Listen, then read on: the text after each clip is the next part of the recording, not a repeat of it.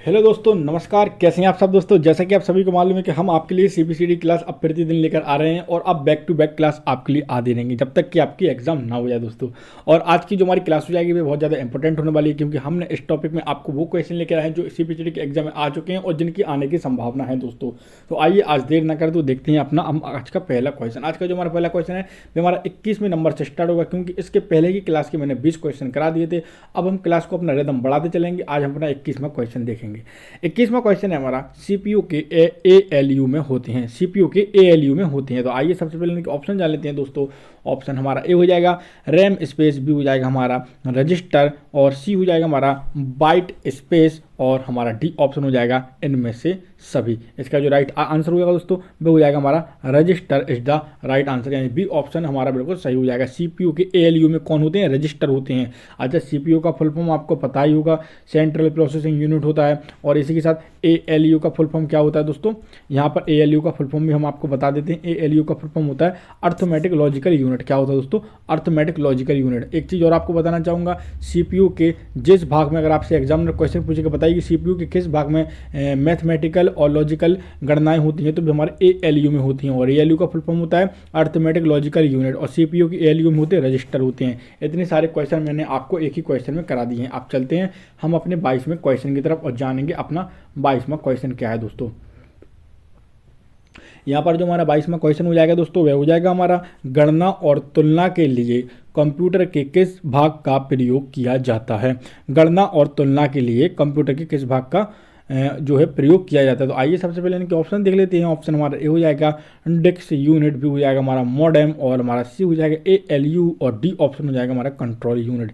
यहाँ पर देखिए दोस्तों, जो इसका राइट आंसर हो जाएगा, इसका भी आंसर हमारा एएलयू होगा। क्या हो जाएगा दोस्तों? ALU is the right answer. अभी मैंने आपके ऊपर ये क्वेश्चन क्लियर कराया था कि गणना और तुलना के लिए कंप्यूटर के जिस भाग का प्रयोग किया जाता है वह हमारा एएलयू होता है। और एएलयू का फुल फॉर्म क्या होता है दोस्तों?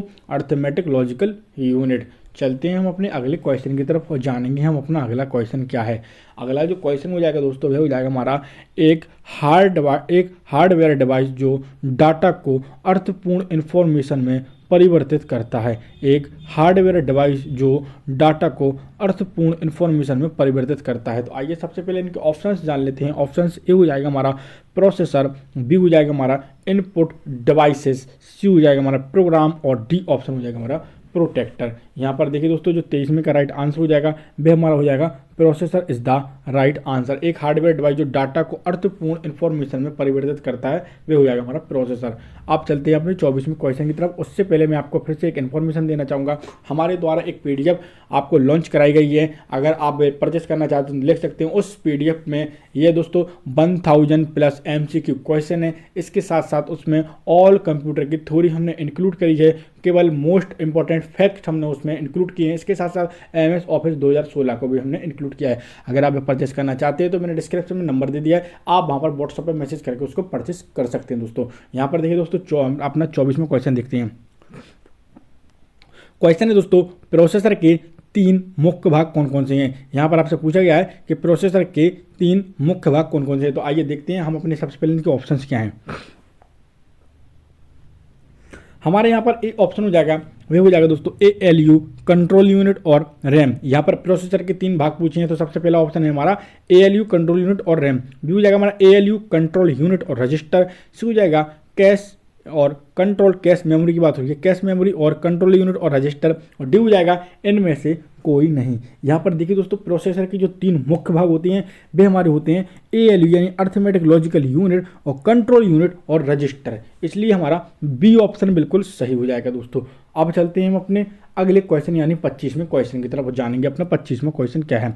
सीपीयू और इनपुट आउटपुट के बीच सिग्नलों के मूवमेंट को कौन नियंत्रित करता है। सीपीयू और आईओ के बीच सिग्नलों के मूवमेंट को कौन नियंत्रित करता है। तो आइए सबसे पहले इनके ऑप्शन जान लेते हैं। ऑप्शन वही हमारा ए हो जाएगा कंट्रोल यूनिट, बी हो जाएगा हमारा एएलयू, और सी हो जाएगा मेमोरी यूनिट, और डी हो जाएगा हमारा इनमें से कोई नहीं दोस्तों।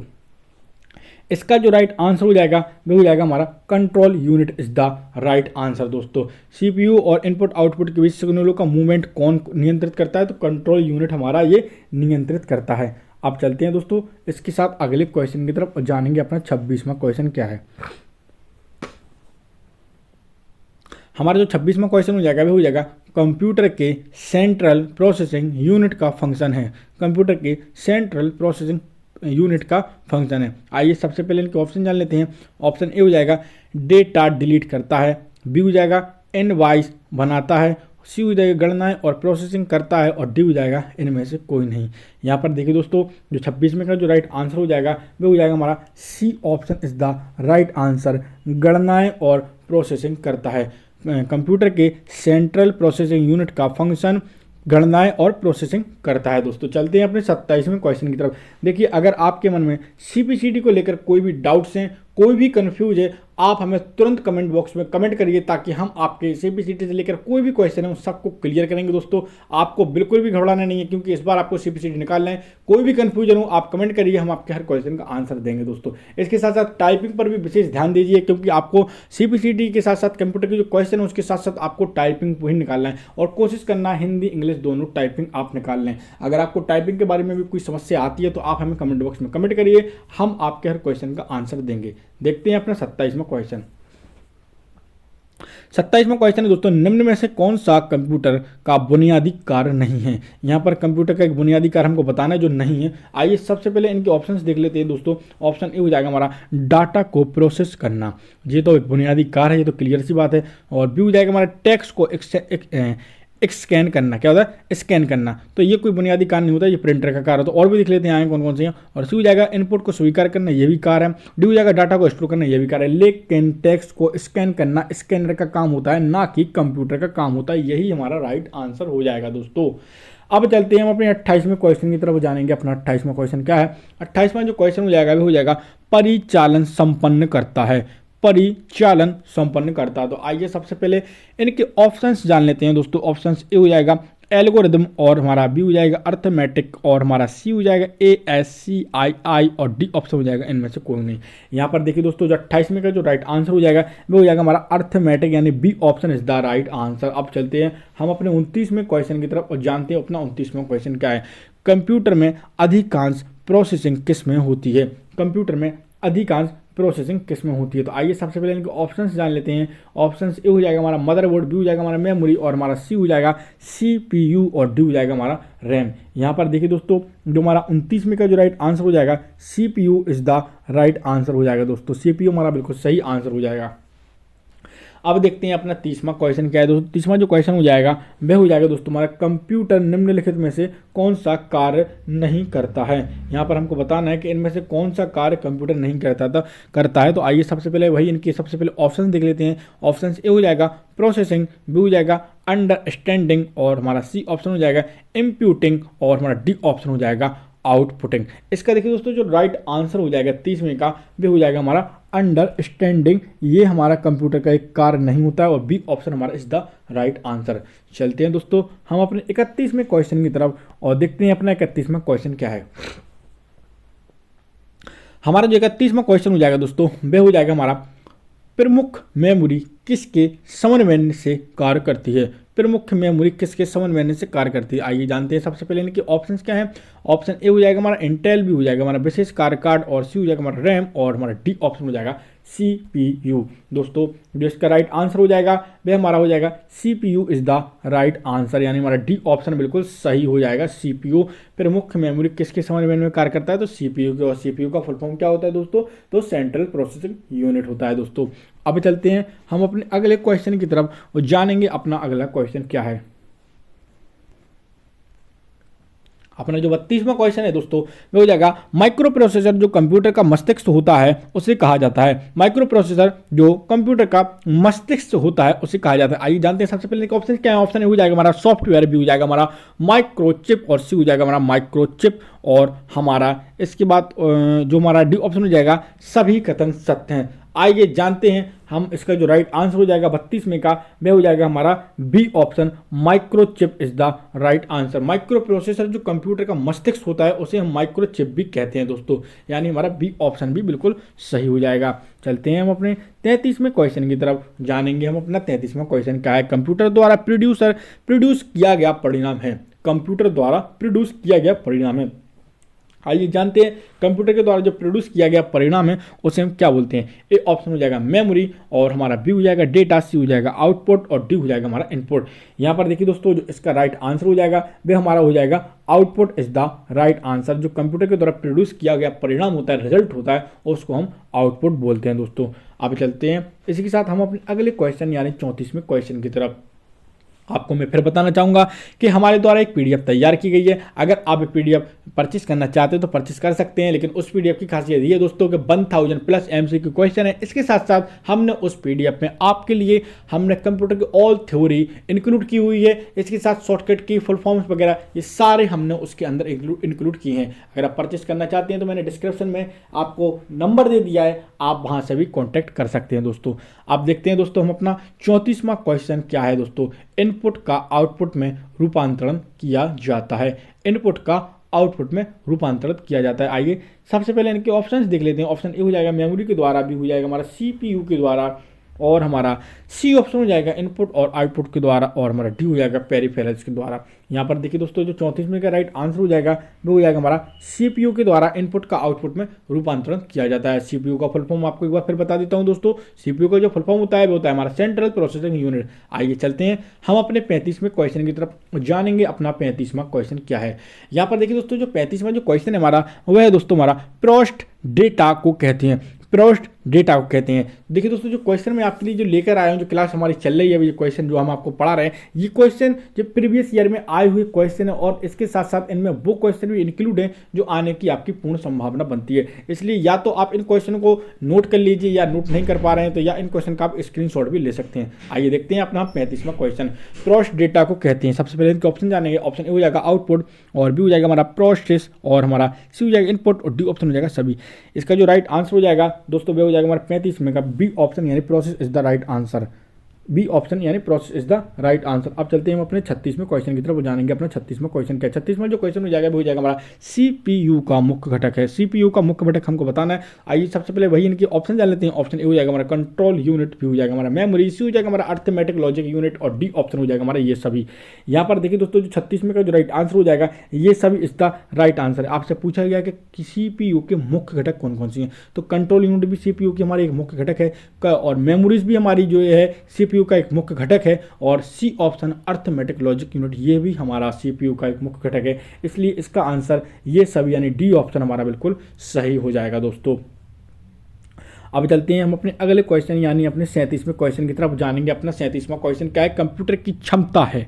कंप्यूटर की क्षमता है, तो आइए देखते हैं क्या है इनके ऑप्शंस। ए हो जाएगा निम्न, बी हो जाएगा उच्च, सी हो जाएगा सीमित, और डी हो जाएगा असीमित। इसका जो राइट आंसर हो जाएगा दोस्तों वह हो जाएगा हमारा सीमित। कंप्यूटर की क्षमता है वे हमारे सीमित है। आप पर निर्भर करती है कि आपने कौन सा रैम लगाया, कौन सी मेमोरी लगाई, कौन सा प्रोसेसर लगाया है, ठीक है ना। तो कंप्यूटर की क्षमता भी सीमित होती है। चलते हैं दोस्तों अपने हम 38वें क्वेश्चन की तरफ, जानेंगे अपना 38वां क्वेश्चन क्या है। 38वां जो क्वेश्चन हो जाएगा वह हो जाएगा हमारा कंप्यूटर को किस प्रकार की बुद्धि की संज्ञा दी गई है। कंप्यूटर को किस प्रकार की बुद्धि की संज्ञा दी गई है। तो आइए सबसे पहले इनके ऑप्शन जान लेते हैं। ऑप्शन ए हो जाएगा हमारा मानव, बी हो जाएगा कृत्रिम, सी हो जाएगा शुद्ध, और डी हो जाएगा हमारा अन्य। यहाँ पर देखिए दोस्तों, जो 38 में का जो राइट आंसर हो जाएगा कंप्यूटर को किस प्रकार की बुद्धि की संज्ञा दी गई है, तो कृत्रिम की दी गई है। किसकी दी गई है? कृत्रिम की, ठीक है ना। तो बी ऑप्शन हमारा इज द राइट आंसर दोस्तों। अब चलते हैं हम अपने अगले क्वेश्चन की तरफ और जानेंगे अपना 39वां क्वेश्चन क्या है दोस्तों। यहाँ पर देखिए दोस्तों, जो 39वां जो क्वेश्चन हो जाएगा वह हो जाएगा दोस्तों हमारा मनुष्य की स्मरण शक्ति कंप्यूटर की तुलना में होती है।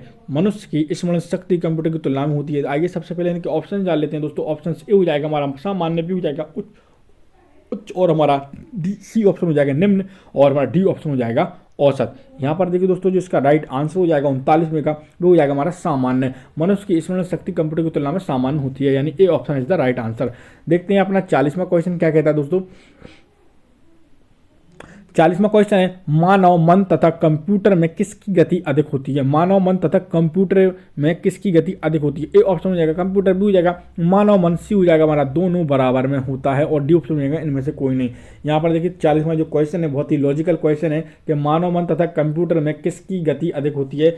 बहुत ही अच्छा क्वेश्चन है। यहाँ पर जो इसका राइट आंसर हो जाएगा वो हो जाएगा हमारा मानव मन में। याद रखना दोस्तों, मानव मन में अधिक अपनी गतिशील होती है कंप्यूटर से अधिक, क्योंकि हमने ही कंप्यूटर को विकसित किया है और हम ही उससे ज़्यादा सोच सकते हैं। वह एक मशीन है, आप याद रखना, जो उनमें इंस्ट्रक्शन दिए जाते हैं उनको वही सॉल्व करेगा, ठीक है ना।